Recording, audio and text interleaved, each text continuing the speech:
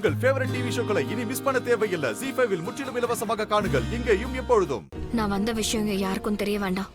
லக்ஷ்மி எங்க?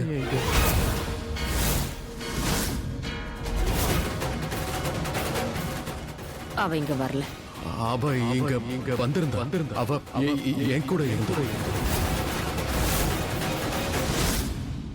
ரிஷிக்கெல்லாம் ஞாபகம் இருக்காது.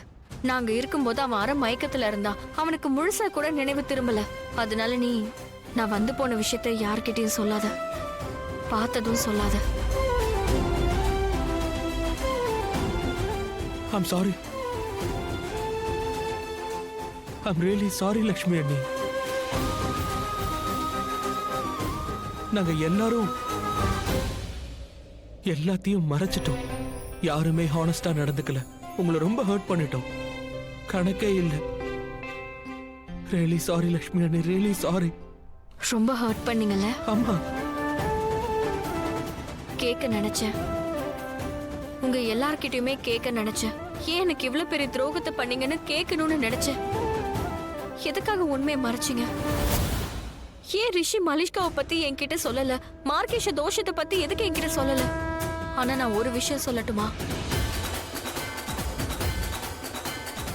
உறவுகள் இப்படி உருவாகிறது கிடையாது. ரிஷியை கல்யாணம் பண்ணிக்கும் போது எந்த உரிமையும் இல்லாத போது நான் அவனை கல்யாணம் பண்ணிக்கிட்டேன். உன்னை சந்திச்சேன். எந்த உரிமையும் இல்லாத போது நான் சந்திச்சேன். அம்மா, அப்பா, பாட்டி, தேவிகா, அனன்யா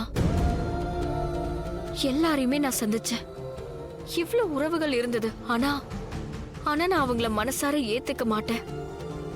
நான் வெறும் ஒரே ஒரு வாழ்க்கைக்காக கல்யாணம் பண்ணிக்கிட்டு வந்திருக்கணும்.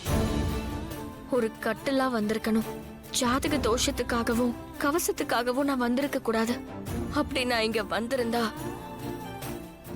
இந்த அன்பு, பாசம் இதெல்லாம் நான் உணர்ந்திருக்கவே மாட்டேன் ஆயுஷ். அதனால நடந்தது எல்லாமே நல்லதுக்கு தான். இந்த விதியோட விளையாட்டு என்னன்னு பார்த்தா உறவுகள் கிடைச்சது. ஆனா வலியோட கிடைச்சது. வேதனை கொடுத்தது. ஏன்னா எல்லா விதத்திலையும் ஏமாத்தப்பட்டேன். ஏதோ ஒண்ணு. ஆனா நடந்ததெல்லாம் நல்லதுக்குதான். வாழ்க்கையே கேள்விக்குறியா மாறிடுச்சு. எதுவும் நிலையா இருக்காது. இன்னைக்கு என்னோட மனசுல நிறையவே வேதனைகள் இருக்கு. ஆனா அதெல்லாம் மனசுலதான் இருக்கு. அன்புனா என்னங்கிறத அவங்க காட்டுனாங்க. நீங்க எல்லாருமே என் மனசுல இருக்கீங்க. எனக்கு உண்மை முதல்ல தெரிஞ்சிருந்தா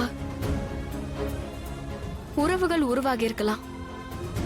ஆனா இவ்ளோ ஆழமா போயிருக்காது இல்லையா? அவ இங்கதான் இருந்தா, என் பக்கத்துல. உன் பக்கத்துலயா? ஆன் டாட், அவ என் பக்கத்துல தான் இருந்தா.